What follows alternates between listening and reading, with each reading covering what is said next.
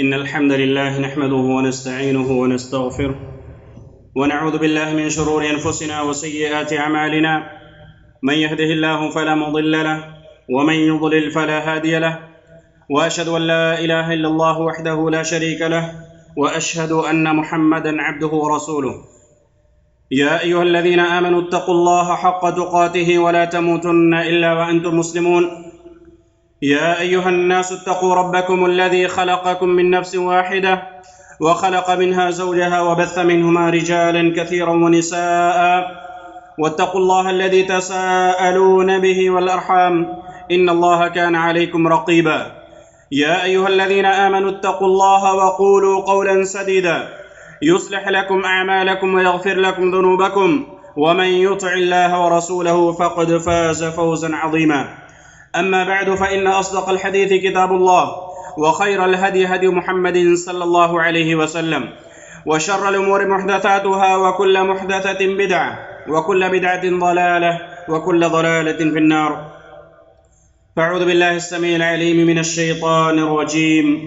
واستغفر الله إن الله كان غفورا رحيما. تمام قسم کی حمد و ثنا، کبریائی بڑائی صلی اللہ رب العالمین کے لیے لائق و زیبا ہے، جس نے میں اور آپ کو اظہار فانی کے اندر مبعوث فرمایا اور ہم تمام لوگوں کو اسلام جیسے عظیم نعمت سے نوازا، اور بے شبہ درود و سلام محمد رسول اللہ صلی اللہ علیہ وسلم پر،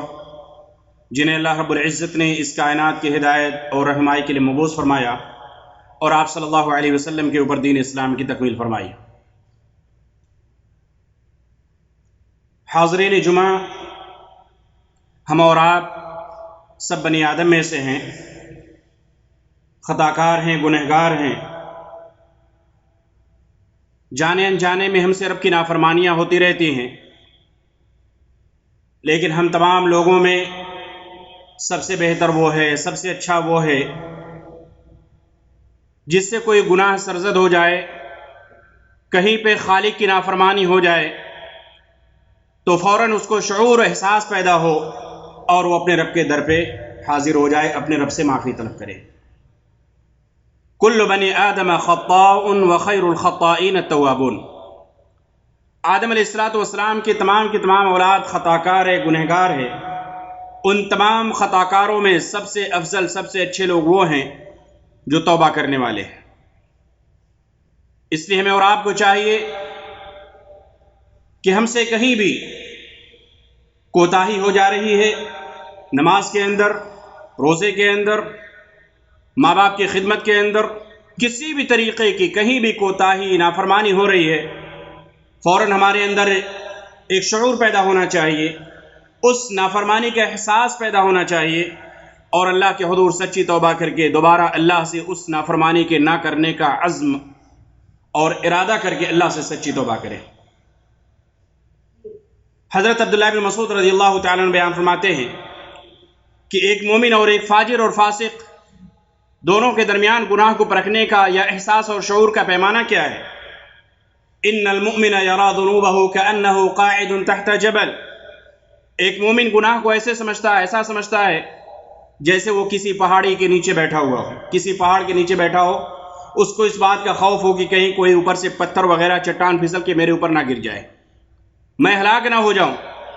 وَإِنَّ الْفَاجِرَ يَرَى ذُنُوبَهُ كَذُبَابٍ مَرَّ عَلَى عَنْفِهِ فَقَالَ بِهِ هَكَذَا. اور ایک فاجر اور فاسق شخص جو برابر رب کی نافرمانیاں کرتا ہے، جس کو احساس نہیں ہوتا، شعور نہیں ہوتا، اس کی مثال عبداللہ بن مسعود رضی اللہ تعالیٰ عنہ دی کہ جیسے مکھی ناک پہ بیٹھ جائے، انسان ہاتھ سے اشارہ کرتا ہے، مکھی بیٹھتی ہے، پھر ہاتھ سے اشارہ کرتا ہے، یعنی وہ اس کو معمولی سمجھتا ہے اور بار بار وہی غلطیاں، وہی گناہ اس سے سرزد ہوتے رہتے ہیں. تو یہ ایک فاجر اور فاسق کے درمیان اور مومن کے درمیان گناہ کو پرکھنے کا، اس کے احساس کا، اس کے شعور کا جو فرق حضرت عبداللہ بن مسعود رضی اللہ تعالیٰ نے بیان فرمایا ہے، وہ آج ہمارے اور آپ کے سامنے ہے. کتنے ایسے لوگ ہیں آج، اگر ہم اپنے معاشرے کے اندر، اپنے سوسائٹی میں، اپنے لوگوں میں، اپنے گھر اور خاندان میں، اپنے ملک میں اگر ہم ایک سرسری نظر ڈالیں تو ہمیں یہ معلوم ہوگا کہ آج ہمارے معاشرے کے اندر کس قدر فساد اور بگاڑ موجود ہے. چاہے وہ عقیدے کا معاملہ ہو، چاہے عبادات کا معاملہ ہو، چاہے معاملات ہو،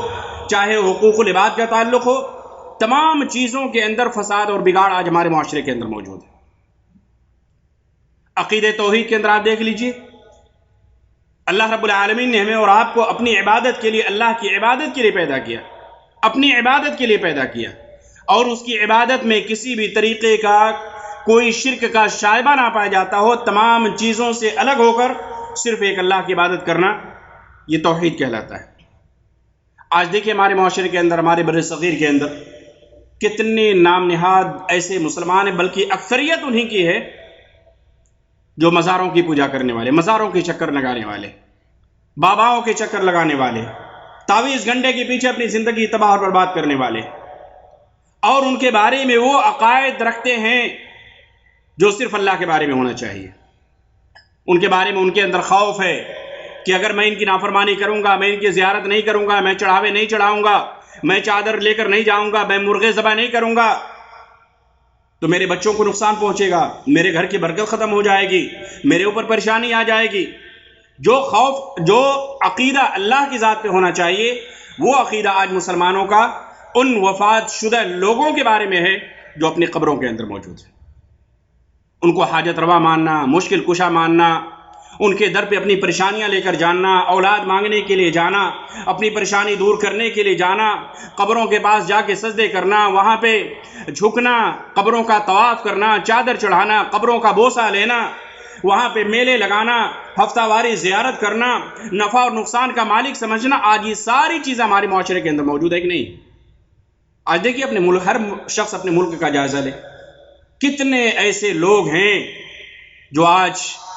جن کے عقیدے خراب ہیں، جن کے عقیدے میں فساد ہے، جو مسلمان تو ہیں، نام نہاد مسلمان تو ہیں، کلمہ گو مسلمان تو ہیں، لیکن حقیقی معنوں میں وہ اللہ کے ساتھ شرک کر رہے ہیں۔ وَمَا يُؤْمِنُ أَكْثَرُهُم بِاللَّهِ إِلَّا وَهُمْ مُشْرِكُونَ، اللہ رب العالمین نے کہا کہ اکثر لوگ اللہ پر ایمان رکھنے کے ساتھ ساتھ اللہ کے ساتھ شرک بھی کرتے ہیں۔ اور پھر اگر کوئی شخص ان کو عقیدہ توحید کے بارے میں بتلائے، آپ یہاں سے سیکھ کے جاتے ہیں، دعوت سینٹر میں سیکھتے ہیں، لوگوں سے سیکھتے ہیں، تقریریں سنتے ہیں، کتابیں پڑھتے ہیں، قرآن کا ترجمہ پڑھتے ہیں، حدیث کا مطالعہ کرتے ہیں، سنتے ہیں، وعظ و تقریریں سنتے ہیں۔ جب یہاں سے آپ اپنے آپ کو چینج کر کے جاتے ہیں، عقیدے میں تبدیلی پیدا ہو جاتی ہے، نماز کے اندر، دیگر چیزوں کے اندر تبدیلی پیدا ہوتی ہے، جب جا کر آپ اپنے ملک کے اندر، اپنے گھر اور خاندان کے اندر، اپنے بیوی بچوں کو، اپنے والدین کو، اپنے بھائی بہنوں کو جب اس صحیح عقیدے کی طرف، صحیح مذہب کی طرف، صحیح دین کی طرف، صحیح دین کی جو تعلیمات ہیں وہ جب آپ لوگوں تک پہنچاتے ہیں تو لوگ قبول نہیں کرتے ہیں۔ لوگ کہتے ہیں کہ یہ عرب جا کے بدل گیا ہے، یہ سعودی جا کے بدل گیا ہے، یہ فلاں کنٹری میں جا کے بدل گیا ہے، اس نے اپنے باپ دادا کے مذہب کو، ان کے طریقے کو چھوڑ دیا۔ مختلف القاب سے لوگ نوازتے ہیں، لیکن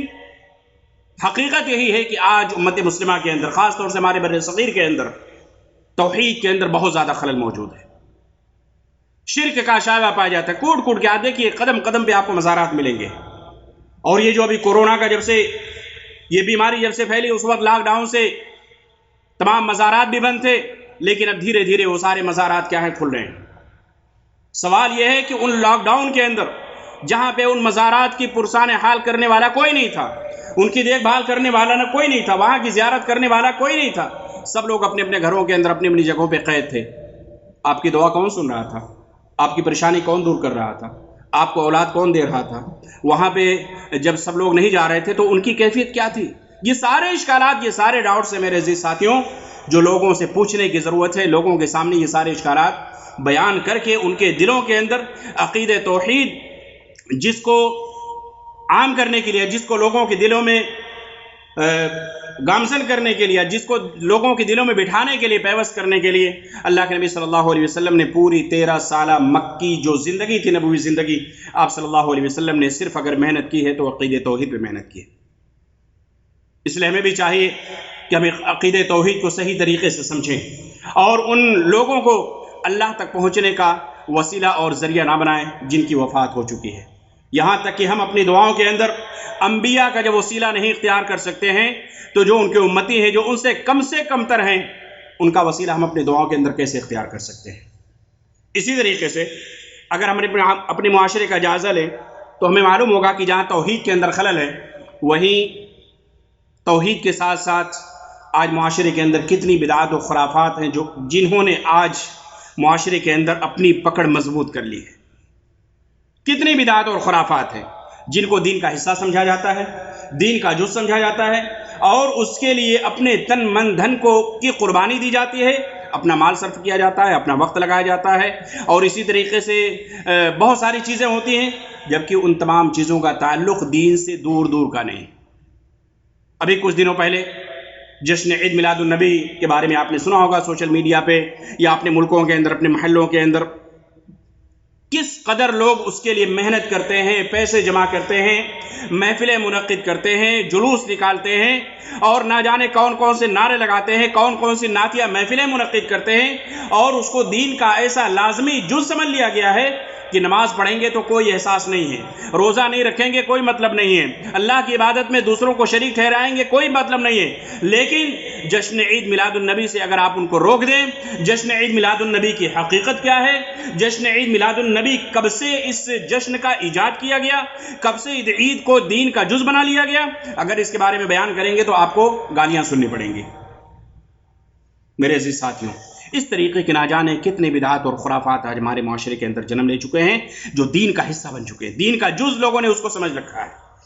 جبکہ ان کی حقیقت دین کی نہیں، اس لیے کہ دین مکمل ہو چکا ہے. الیوم اکملت لکم دینکم واتممت علیکم نعمتی ورضیت لکم الاسلام دینا، کہ آج کے دن میں نے تمہارے لیے تمہارے دین کو مکمل کر دیا. جب دین مکمل ہو گیا ہے تو اس میں نہ کسی کمی کی گنجائش ہے، نہ کسی اضافے کی گنجائش ہے. اسی طریقے سے شرک اور بدعات کے علاوہ اگر ہم دیکھیں تو آج ہمارے اندر بہت ساری کمیاں موجود ہیں، بہت ساری کمیاں. نماز کے اندر کوتاہی ہے، ماں باپ کی نافرمانی ہے، اور دیگر بہت ساری بیماریاں ہیں. نماز کا ہی معاملہ آپ لے لیجئے، آج یہاں پہ رہتے ہوئے کتنے پرسنٹ ایسے لوگ ہیں جو نماز کی پابندی کرتے ہیں، جبکہ یہاں پہ ڈیوٹی کے علاوہ اور کوئی زیادہ کام آپ کے پاس نہیں ہے. اگر آپ بہانہ لگائیں کہ ہم انڈیا کے اندر رہتے ہیں، اپنے گھروں کے اندر رہیں، دنیا کی مصروفیات ہیں، مشغولیات ہیں، بچے ہیں، بیوی ہیں، گھر اور خاندان ہے. میرے عزیز ساتھیو، نماز جو توحید کے بعد سب سے ضروری عبادت ہے، وہ نماز جو تحفہ معراج ہے، وہ نماز جس کے بارے میں اللہ کے نبی صلی اللہ علیہ وسلم جب اس دنیا سے رخصت ہو رہے تھے تو آپ جن باتوں پر زور دے رہے تھے ان میں سے ایک چیز نماز تھی. الصلاۃ الصلاۃ، یہ نماز مومنوں کی پہچان ہے، یہ نماز اسلام اور کفر کے درمیان فرق کرنے والی عظیم عبادت ہے. نماز پڑھنے سے چہروں پہ نور آتا ہے، نماز پڑھیں گے تو یہ نماز آپ کے لیے حجت بنے گی، نماز نہیں پڑھیں گے تو یہ نماز آپ کے خلاف حجت بنے گی. نماز پڑھیں گے تو آپ کا حشر نیک لوگوں کے ساتھ ہوگا، آپ انبیاء، شہداء، صدیقین، صالحین کے ساتھ ہوں گے. اگر آپ نماز کی پابندی نہیں کریں گے تو آپ کا حشر قارون کے ساتھ ہوگا، فرعون کے ساتھ ہوگا، حامان کے ساتھ ہوگا، ابی بن خلف کے ساتھ ہوگا. فیصلہ آپ کیجئے کہ آپ کو مرنے کے بعد قیامت کے دن کن کے زمرے میں رہنا ہے. کتنے افسوس کا مقام ہے کہ آج ہم مسجد کے باہر رہتے ہیں، سوشل میڈیا پہ بزی ہیں، فیس بک پہ بزی ہیں، آئموں پہ بات کرنے میں بزی ہیں. نماز کا وقت ہو گیا، نماز کب ختم ہو گئی، کب چلی گئی، پھر سے ہم ڈیوٹی پہ جا کے جوائنٹ ہو جاتے ہیں، لیکن نماز پڑھنے کی توفیق نہیں ملتی. کتنے افسوس کا مقام ہے. نماز پڑھو میرے عزیز ساتھیوں، نماز پڑھو میرے نوجوانوں. نماز جو کسی بھی حالت میں معاف نہیں، کسی بھی حالت میں معاف نہیں. جب تک انسان کے ہوش و حواس باقی ہیں اللہ نے نماز کو معاف نہیں کیا ہے. حالت جنگ کے اندر اللہ کے نبی صلی اللہ علیہ وسلم کو حکم ہوتا ہے کہ وہاں بھی نماز معاف نہیں ہے، نماز قائم کی جائے گی. وہاں کی نماز کی کیفیت طریقے الگ ہے، لیکن نماز قائم کرنے پر وہاں بھی اللہ رب العالمین نے آیت کریمہ نازل فرما دی، وَإِذَا كُنْتَ فِيهِمْ فَأَقَمْتَ لَهُمُ الصَّلَاةَ. اسی لیے جب انسان کھڑے ہو کر نماز نہ پڑھ سکے تو بیٹھ کے پڑھے، بیٹھ کر نہیں پڑھ سکتا لیٹ کے پڑھے، اپنے بازو کے بل یعنی لیٹ کر پڑھے، اشاروں سے پڑھے. جب تک انسان کے ہوش و حواس باقی ہے اللہ رب العالمین نے نماز کو معاف نہیں کیا ہے. لیکن یہاں ہٹے کٹے نوجوان صحت مند تندرست مسجد کے باہر بیٹھے ہیں، کرکٹ کھیلنے میں مشغول ہیں، سوشل میڈیا پہ مشغول ہیں، لیکن نماز پڑھنے کی فرصت نہیں. فجر کی نماز کب ہوتی ہے اس کا احساس نہیں، اس کا پتہ نہیں. ہم اپنے ڈیوٹی کے حساب سے الارم وغیرہ لگاتے ہیں، بیدار ہونے کی نیت سے سوتے ہیں، لیکن فجر کی نماز کب ہو گئی، فجر کی نماز پڑھنی ہے کہ نہیں پڑھنی ہے اس کا احساس نہیں ہے. جمعہ پڑھ کے 2 رکعت پڑھ کے نکلے، مصلی اٹھائے، پھر اگلے جمعہ ملاقات ہوگی. ایسے مسلمان بننے سے کیا فائدہ؟ ایسے مسلمان کے اوپر اللہ کی نصرت آئے گی، اللہ کی مدد آئے گی، اللہ کی تائید آئے گی؟ نہیں آئے گی. اس لیے سچے مسلمان بن جاؤ. یا ایھا الذین آمنوا ادخلوا فی السلم کافہ، دین پر مکمل طور سے عمل پیرا ہونے والے بن جاؤ. کوشش تو کرو، اللہ آپ کی مدد کرنے والا ہے۔ اسی طریقے سے نماز کے ساتھ ساتھ دیگر بیماریاں آج ہمارے معاشرے کے اندر ہیں۔ ماں باپ کی خدمت کا معاملہ ہے، ماں باپ کی نافرمانیاں دیکھیے آج معاشرے کے اندر ایک وبا سی بن چکی ہے۔ عام طور سے بچوں کو یہ احساس نہیں ہو رہا ہے کہ میں ماں باپ کی نافرمانی کر رہا ہوں۔ ان کے ساتھ لڑنا جھگڑنا، اونچی آواز میں بات کرنا، بے ادبی کرنا، ان کے رہنے سہنے کا اچھی طریقے سے انتظام نہ کرنا، ان کے کھانے پینے کا انتظام نہ کرنا، ان کے دوا علاج کا اچھی طریقے سے بندوبست نہ کرنا، اگر وہ کچھ کہیں تو ان کو جھڑکنا، جبکہ اللہ رب العالمین نے اور اللہ کے نبی صلی اللہ علیہ وسلم نے ماں باپ کا جو مقام دیا ہے، اگر آپ قرآن کا مطالعہ کریں سورہ بنی اسرائیل، آپ کو معلوم ہوگا کہ وَقَضَىٰ رَبُّكَ أَلَّا تَعْبُدُوا إِلَّا إِيَّاهُ وَبِالْوَالِدَيْنِ إِحْسَانًا کہ اللہ نے اپنی عبادت کے ساتھ ماں باپ کی خدمت میں زور دیا ہے۔ کئی مقامات پہ اللہ نے ذکر کیا وَاعْبُدُوا اللَّهَ وَلَا تُشْرِكُوا بِهِ شَيْئًا وَبِالْوَالِدَيْنِ إِحْسَانًا، اللہ کی عبادت کرو، اللہ کے ساتھ کسی کو شریک نہ ٹھہراؤ، ماں باپ کے ساتھ اسے سلوک کرو۔ ماں باپ کی خدمت کرنا فرض ہے، ان کے جتنے بھی اولاد ہیں تمام اولاد کے اوپر ماں باپ کی خدمت کرنا فرض ہے۔ ان کے دکھ سکھ میں ان کے ہر وقت شریک رہنا، انتظام کرنا ہر اس شخص کی ذمہ داری ہے جو ان کی اولاد میں سے، ہر اس اولاد میں سے جو بھی ان کی اولاد میں سے ہے، سب کی ذمہ داری سب کے اوپر فرض ہے۔ اللہ رب العالمین کا وَاخْفِضْ لَهُمَا جَنَاحَ الذُّلِّ مِنَ الرَّحْمَةِ وَقُلْ رَبِّ ارْحَمْهُمَا كَمَا رَبَّيَانِي صَغِيرًا۔ ماں باپ کے لیے دعائیں کیجیے۔ ماں باپ نے کتنی خدمات ہماری بچپن میں کی ہوں گی، ہم صرف تصور کر سکتے ہیں۔ جب ہم چھوٹے تھے، حمل سے لے کر مدت رضاعت کا مسئلہ، نفاس کا مسئلہ، اس کے بعد 2 سال دودھ پلانے کی مدت، پھر اس کے بعد بچوں کی اچھی تعلیم و تربیت کا انتظام کرنا، ماں باپ کتنی مصیبتیں جھیلتے ہیں، کتنی قربانیاں دیتے ہیں۔ ایک ماں گھر کے اندر کتنی قربانی دیتی ہے حمل سے لے کر، آپ تصور کیجیے۔ آج ہم اور آپ نوجوان ہیں، ہمارے بھی بچے ہیں، ہماری بیوی جب حمل سے ہوتی ہے تو کن پریشانیوں سے گزرتی ہے۔ آج کے اس جدید ترین دور کے اندر سوچیے، جہاں پہ ٹیکنالوجی عام ہے، ہر آن ہر وقت ہر روڈ پہ ہر جگہ ہر بازار میں ڈاکٹر موجود ہیں، کوئی بھی پریشانی ہوتی ہے ہم فوراً ڈاکٹر کے پاس اپنی بیوی کو لے کے جاتے ہیں، برابر مراجعہ کرتے ہیں، کرنا بھی چاہیے، کوئی حرج کی بات نہیں۔ لیکن یاد کیجئے اس زمانے کو جب ہماری ماں نے ہمیں اپنے پیٹ کے اندر رکھا، وہ 9 مہینے کی مدت، وہ تکلیف، وہ مصیبت، اس وقت کوئی الٹرا ساؤنڈ نہیں تھا، اس وقت ڈاکٹرز بہت زیادہ نہیں تھے، نہ اتنے پیسے تھے، نہ لوگ جا پاتے تھے۔ کتنی پریشانی ہماری ماں جھیلی ہوگی، پریشانی برداشت کی ہوگی، لیکن آج اللہ نے ہمیں قوت اور طاقت دی ہے، ہم پیسے والے ہو گئے، ہم صحت مند ہو گئے، توانا ہو گئے، ماں باپ کی بات برداشت نہیں کر سکتے۔ ماں باپ کی بات برداشت کرنا ہماری فطرت میں نہیں ہے۔ فوراً جواب دینا، جھڑکنا، اونچی آواز میں بات کرنا، یہ عام نوجوانوں کی فطرت بن چکی ہے،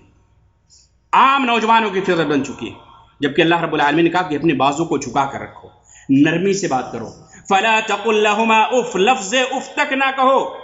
لیکن اف تک کیا، آج کتنے نوجوان جو اپنے ماں باپ کے اوپر ہاتھ تک اٹھا دیتے ہیں ماں باپ کے اوپر، گھر سے ان کو نکال دیتے ہیں، ان کا الگ گھر بنا دیتے ہیں، خرچے پانی بند کر دیتے ہیں۔ یہ بیماریاں آج ہمارے معاشرے کے اندر ہیں، لیکن کوئی اس کو نافرمانی تصور کرنے کے لیے تیار نہیں، گناہ تصور کرنے کے لیے تیار نہیں، اس کو احساس نہیں۔ لیکن جب وہی شخص اس عمر میں پہنچے گا، اس عمر میں پہنچتا ہے، پھر اس کے بچے نافرمانی کرتے ہیں تو اس کو احساس ہوتا ہے کہ میں نے اپنے ماں باپ کے ساتھ کیا کیا۔ اس لیے اللہ نے جن کو بھی ماں باپ کی نعمت سے نوازا ہے، ابھی ان کے والدین زندہ ہیں، ان کو خدمت کرنی چاہیے، ہر آن ہر وقت جتنی بھی خدمت کیجیے، یقین جانیے کہ وہ کم ہے، آپ ان کا حق ادا نہیں کر سکتے۔ باپ کی رضا میں اللہ کی رضا ہے، باپ راضی ہے تو اللہ راضی ہے، باپ ناراض ہے تو اللہ ناراض ہے۔ ماں کے قدموں کے نیچے اللہ نے جنت قرار دیا ہے، الجنت تحت اقدام الامہات، جنت تمہارے ماؤں کے قدموں کے نیچے ہے۔ اس لیے ماں باپ کی خدمت کریں، ان کی نافرمانی نہ کریں۔ بیوی بچے، ہم بیوی سے بھی محبت کرتے ہیں، بچوں سے بھی محبت کرتے ہیں، لیکن ہر ایک کے اپنے حقوق ہیں، ماں باپ کے حقوق ہیں، بیوی بچوں کے حقوق ہیں، ہر ایک کے حقوق ادا کیجیے، کسی کے حقوق کی حق تلفی نہ کیجیے۔ اسی طریقے سے ہمارے معاشرے کے اندر جھوٹ بولنا، غیبت کرنا، فراڈ کرنا، سودی لین دین، حرام خوری، رشوت خوری، یہ ساری بیماریاں معاملات کے اندر، بزنس کے اندر، تجارت کے اندر، فراڈ، لین دین، جھوٹ بولنا، یہ ساری بیماریاں آج ہمارے معاشرے کے اندر، آج ہمارے اور آپ کے درمیان ہیں، لیکن کوئی ان کو گناہ نہیں تصور کرتا، کوئی ان کے بارے میں سوچتا بھی نہیں کہ میں غلط کر رہا ہوں، مجھ سے یہاں پہ غلطی ہو رہی ہے، میں یہاں پہ رب کی نافرمانی کر رہا ہوں۔ احساس تک پیدا نہیں ہوتا ہے۔ اگر احساس پیدا ہو جائے، یہ سمجھیے کہ آپ ابھی صحیح راستے پہ ہیں۔ اگر احساس ندامت پیدا ہو جائے، شرمندگی پیدا ہو جائے، اپنے گناہوں کا آپ بوجھ محسوس کرنے لگے، یہ سمجھیے کہ آپ ابھی صحیح راستے پہ ہیں۔ لیکن جہاں آپ کے اندر یہ احساس ختم ہو جائے کہ میں گناہ پہ گناہ کر رہا ہوں، لیکن آپ کے دل کے اندر ندامت بھی نہیں، شرمندگی بھی نہیں، احساس بھی نہیں، یہ سمجھیے کہ اللہ آپ سے ناراض ہے، آپ بہت دور جا چکے ہیں۔ واپس پلٹیے، اپنے رب کے در پہ آئیے، سچی توبہ کیجیے، سچی توبہ۔ اللہ آپ کو بلا رہا ہے، ادعونی استجب لکم، مجھے پکارو میں تمہاری دعاؤں کو سننے والا ہوں۔ اللہ تعالیٰ کہتا ہے واستغفر اللہ ان اللہ کان غفورا رحیما، اللہ سے مغفرت طلب کرو، اللہ سے بخشش مانگو، اللہ سے گناہوں کی معافی طلب کرو، بے شک اللہ رب العالمین نہایت ہی بخشنے والا، رحم کرنے والا ہے۔ انما التوبۃ علی اللہ للذین یعملون السوء بجہالہ، اور توبہ کرنے میں، اللہ کی طرف پلٹنے میں تاخیر بھی نہیں ہونی چاہیے۔ یہ نہیں کہ اس کا دن اور ڈیٹ متعین کریں، جب آخری عمر میں پہنچیں گے تو نماز پڑھیں گے، روزے رکھ لیں گے، اللہ کی عبادت کریں گے۔ ابھی تو جوانی کی عمر ہے، ابھی تو مستانی کی عمر ہے، ابھی جیسی مرضی ہو ویسی زندگی گزار لیں، آخری عمر میں نماز پڑھ لیں گے، روزے رکھ لیں گے، عمرہ کر لیں گے، حج کر لیں گے، توبہ کر لیں گے اور اس دنیا سے رخصت ہو جائیں گے۔ اگر یہ سوچ، یہ فکر آپ کے اندر ہے تو آپ یہ سمجھیے کہ بہت دور جا چکے ہیں۔ آپ یہ سمجھیے کہ آپ اندھیرے میں، اندھیروں سے نکلیے، اجالے کی طرف آئیے، اندھیروں سے نکلیے، مسجد کی طرف آئیے، اپنے رب کی بارگاہ میں 2 رکعت نماز پڑھیے، اللہ کے حضور سچی توبہ کیجیے، یقین جانیے کہ اللہ تعالیٰ آپ کی سچی توبہ کو قبول کرنے والا ہے۔ حضرت انس رضی اللہ تعالیٰ عنہ بیان فرماتے ہیں کہ انکم لتعملون اعمالا ہی ادق فی اعینکم من الشعر، کہتے ہیں کہ تم لوگ ایسا عمل کرتے ہو، یہ کس وقت کی بات ہے؟ صحابہ کرام کے زمانے کی بات ہے۔ انس رضی اللہ تعالیٰ عنہ خود بیان کرتے ہیں، جس کے بارے میں اللہ کے نبی صلی اللہ علیہ وسلم بیان فرمایا کہ سب سے بہترین زمانہ میرا ہے، اور پھر جو اس کے بعد یعنی تابعین کا زمانہ، تبع تابعین کا زمانہ۔ انس رضی اللہ تعالیٰ عنہ اپنے دور کی بات کر رہے ہیں، کہتے ہیں کہ انکم لتعملون اعمالا ہی ادق فی اعینکم من الشعر، تم لوگ ایسا عمل کرتے ہو، ایسے اعمال کرتے ہو جو تمہاری نظروں کے اندر بال سے بھی باریک ہے، یعنی تم لوگ ان اعمال کو، ان کاموں کو معمولی سمجھتے ہو۔ وَإِنَّا كُنَّا لَنَعُدُّهَا فِي عَهْدِ رَسُولِ اللَّهِ صلی اللہ علیہ وسلم من الموبقات، اور ہم ان اعمال کو، ان کاموں کو جو تمہاری نظروں میں معمولی ہیں، یعنی گناہ کے کام، نافرمانی کے کام، ہم ان کو اللہ کے نبی صلی اللہ علیہ وسلم کے زمانے میں ہلاک کر دینے والے گناہوں میں شمار کیا کرتے تھے۔ سوچئے، صحابہ کرام، صحابی اپنے تربیت یافتہ تابعین سے کہہ رہے ہیں، اگر آج وہ ہمارے زمانے کو پا لیتے، ہمارے زمانے کی برائیاں پا لیتے، یہاں کے جو شرک کے اڈے ہیں، جو بدعات کے اڈے ہیں، جو نافرمانیوں کا ایک انبار ہے، اگر یہ سارے دور دیکھتے تو کیا کہتے؟ سوچو، اس زمانے میں بڑی بڑی برائیاں تو نہیں رہی ہوں گی، شرک بدعات و خرافات تو بہت زیادہ نہیں رہی ہوں گی۔ اس زمانے میں حضرت انس رضی اللہ تعالیٰ عنہ نے اپنے تربیت یافتہ تابعین سے کہا تھا کہ تم لوگ ایسے اعمال کرتے ہو جو تمہاری نظروں میں بال سے بھی باریک ہیں، یعنی معمولی سمجھتے ہو، ہم ان کو اللہ کے نبی صلی اللہ علیہ وسلم کے زمانے میں ہلاک کر دینے والے گناہ سمجھتے تھے۔ تو ضرورت اس بات کی ہے، خلاصہ کرام یہ ہے کہ ایک مومن، ایک مسلمان، ایک انسان، اسے گناہ ہو جاتے ہیں، گناہ ہوتے رہتے ہیں، اور گناہ ہونا ہم اور آپ آدم علیہ السلام کی اولاد میں سے اس لیے گناہ ہوتے ہیں، لیکن سب سے بہترین وہ ہے، سب سے اچھا وہ ہے جس کو اپنے گناہوں کا احساس ہو جائے، شرمندگی ہو، ندامت ہو، اور پھر وہ اللہ کی طرف رجوع کرے اور سچی توبہ کرے، توبہ کرتے رہے، اور جس گناہ سے توبہ کرے اس کے نہ کرنے کا اللہ سے عزم کرے۔ اگر بار بار انسان توبہ کر رہا ہے پھر وہی گناہ کر رہا ہے تو اس کے بارے میں بعض سلف کا کہنا ہے عدم الاقلاع من الذنوب توبۃ الکذابین، گناہوں سے دوری اختیار کیے ہوئے بنا، گناہوں سے دوری اختیار کیے ہوئے بنا آپ توبہ کی رٹ لگائیں، یہ تو جھوٹے لوگوں کی توبہ ہے، یہ سچے لوگوں کی توبہ نہیں ہے۔ اس لیے ہمیں چاہیے کہ ہم سچی توبہ کریں، اپنے گناہوں کے بارے میں سوچیں، اور اس طریقے سے معاشرے کے اندر جو بھی فساد ہے، جو بھی بگاڑ ہیں، جو بھی اس طریقے کی برائیاں ہیں، اس کی اصلاح کرنے کی کوشش کریں۔ اللہ رب العالمین مجھے اور آپ کو توفیق عطا فرمائے۔ اللہ رب العالمین ہم تمام لوگوں کو سچی توبہ کرنے کی توفیق عطا فرمائے۔ اللہ تعالی ہم تمام لوگوں کو کتاب و سنت کے مطابق زندگی گزارنے کی توفیق عطا فرمائے۔ اللہ تعالی ہمیں اپنے عقیدے، اپنے ایمان کی، اپنے عبادات کی، اعمال کی اصلاح کرنے کی توفیق عطا فرمائے۔ اللہ رب العالمین جن کے ماں باپ زندہ ہیں ان کو خدمت کرنے کی توفیق عطا فرمائے، جن کے ماں باپ اس دنیا سے جا چکے چکے ہیں، اللہ تعالیٰ تو ان کی مغفرت فرما دے، ان کی قبر کو نور سے بھر دے، اللہ رب العالمین ہم تمام لوگوں کا خاتمہ ایمان پر فرمائے، آمین ثم آمین۔ اقول قولی ھذا واستغفر اللہ لی ولکم ولسائر المسلمین من کل ذنب فاستغفروہ وتوبوا الیہ انہ هو الغفور